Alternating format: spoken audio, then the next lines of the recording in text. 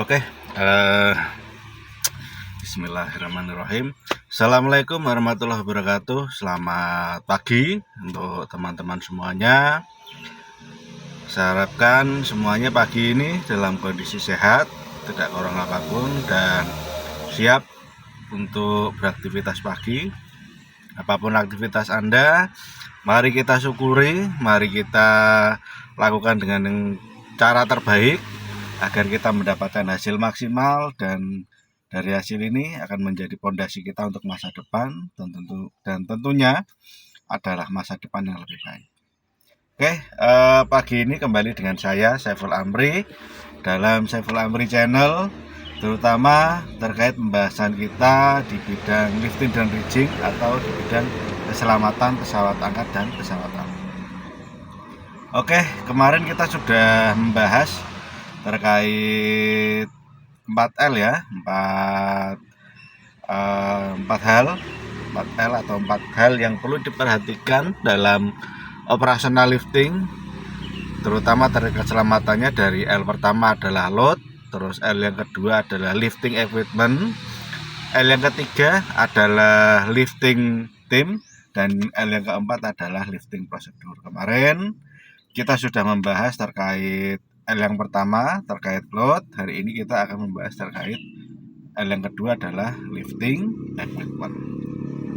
Dan pagi ini saya sudah berada di project. Sudah tadi jam 4:30 saya perjalanan dari rumah, disiapkan oleh istri oleh makan, disiapkan sarapan oleh istri saya, sarapan yang luar biasa. Terima kasih untuk istri ya, dan akan menjadi energi positif untuk saya pagi ini dalam membawakan materi, terutama di terkait 4L kita tadi.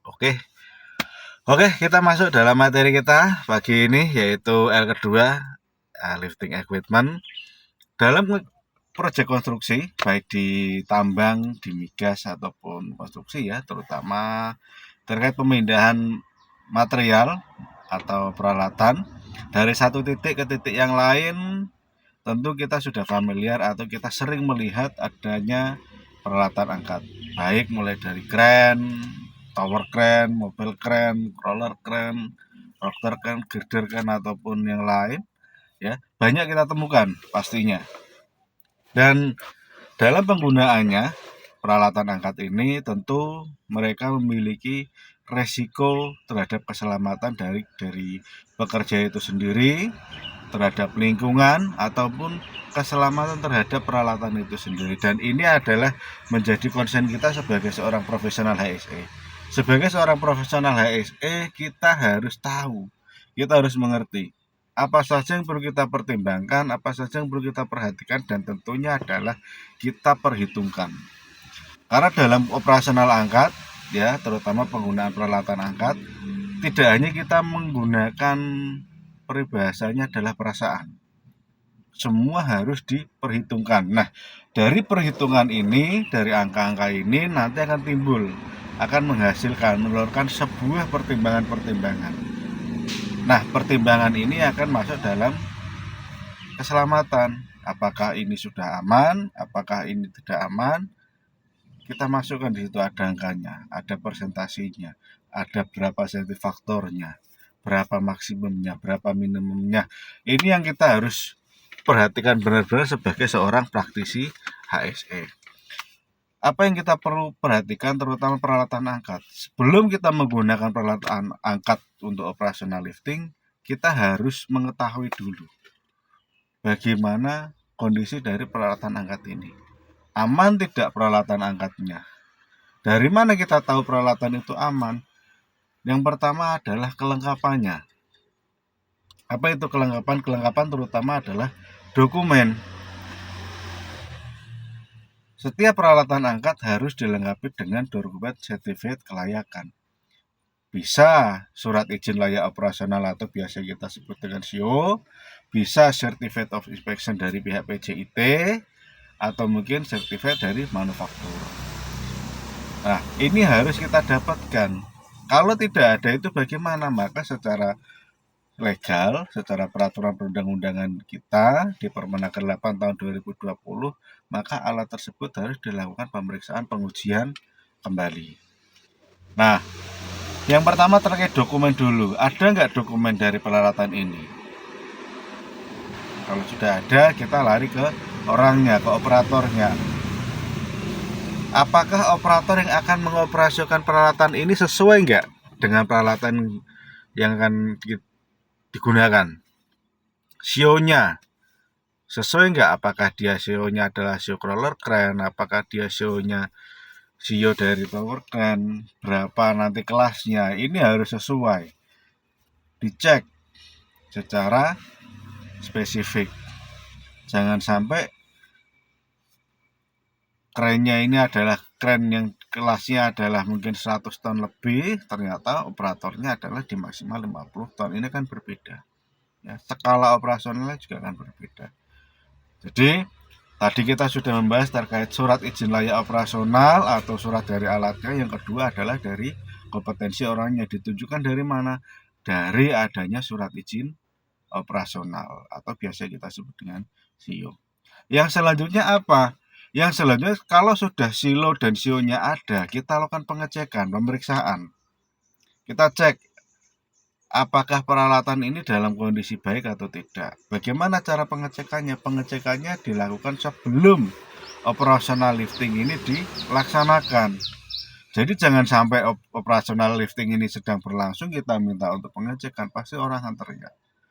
Ya kalau peralatan itu dalam kondisi aman. Bagaimana kalau peralatan itu dalam kondisi tidak aman? Ini akan membahayakan operasional lifting kita. Jadi pengecekan pemeriksaan ini dilakukan sebelum operasional lifting itu dilaksanakan. Dan pemeriksaan pengecekan itu dilakukan oleh orang yang kompeten.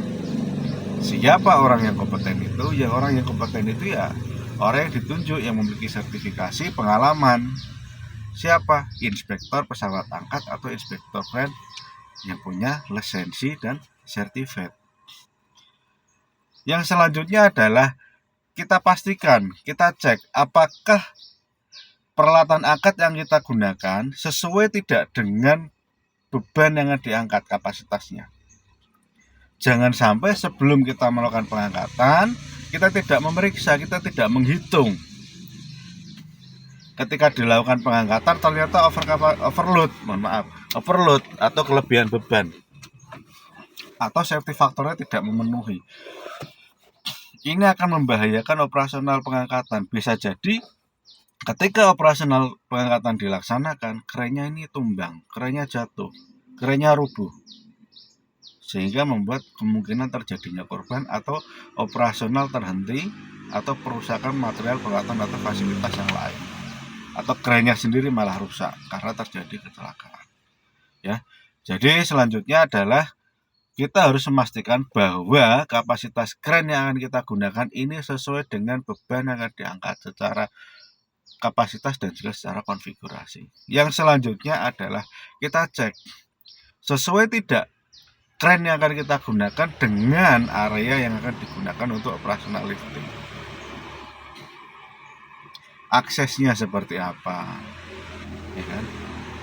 Nanti ketika sudah sampai assembly-nya bagaimana, kita harus pertimbangkan kecepatannya, obstacle-nya dari lingkungan yang akan digunakan seperti apa. Ya, kita harus pertimbangkan, kita harus cek dulu, kita harus periksa, baru kita tentukan kren seperti apa, kapasitasnya berapa yang akan kita gunakan. Akan berbahaya kalau kita tidak melakukan pengecekan. Atau mungkin karena kerennya tidak sesuai, harusnya itu menggunakan crawler karena aksesnya sangat terbatas dan sulit, kita pakailah mobil kren yang menggunakan outrigger. Akhirnya apa? Pekerjaan kita terganggu, harus membuat akses dulu karena berupa tanah, ya kan, dikasih plat, potensialnya ambles, ya kan, harus melakukan modifikasi lain-lain, harus pemadatan. Nah, ini akan menghambat suatu pekerjaan. Sesuatu yang harusnya bisa dikerjakan selama 3 hari bisa menjadi setengah bulan. Kos lagi, sewa alat, membengkak lain-lain.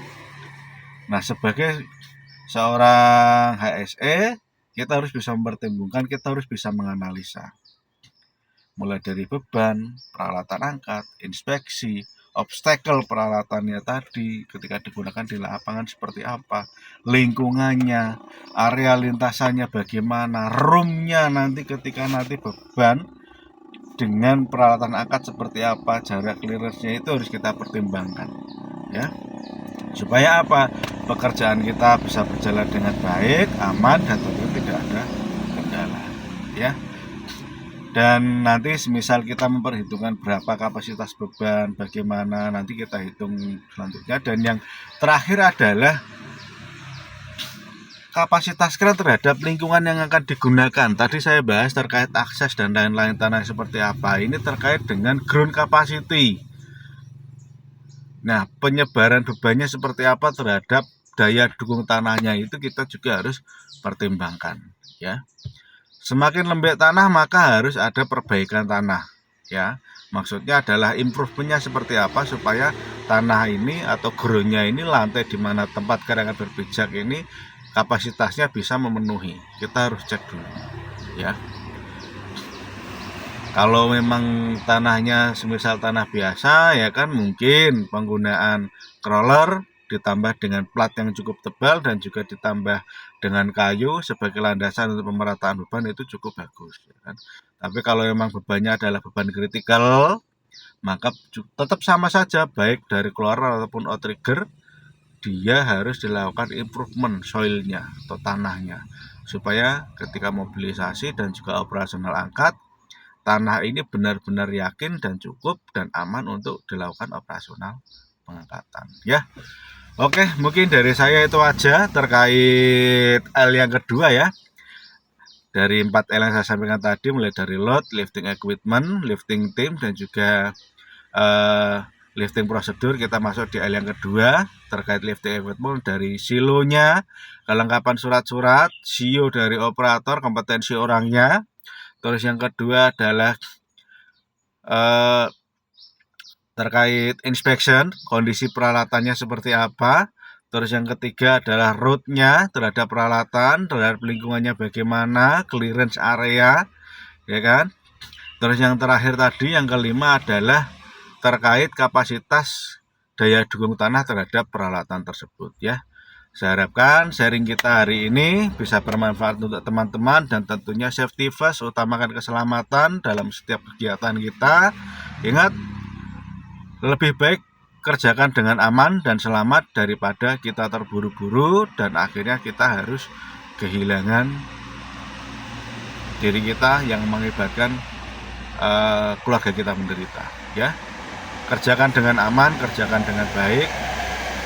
Semoga kita diberkati setiap aktivitas kita kerja di proyek dalam kegiatan apapun. Oke, terima kasih. Assalamualaikum warahmatullahi wabarakatuh.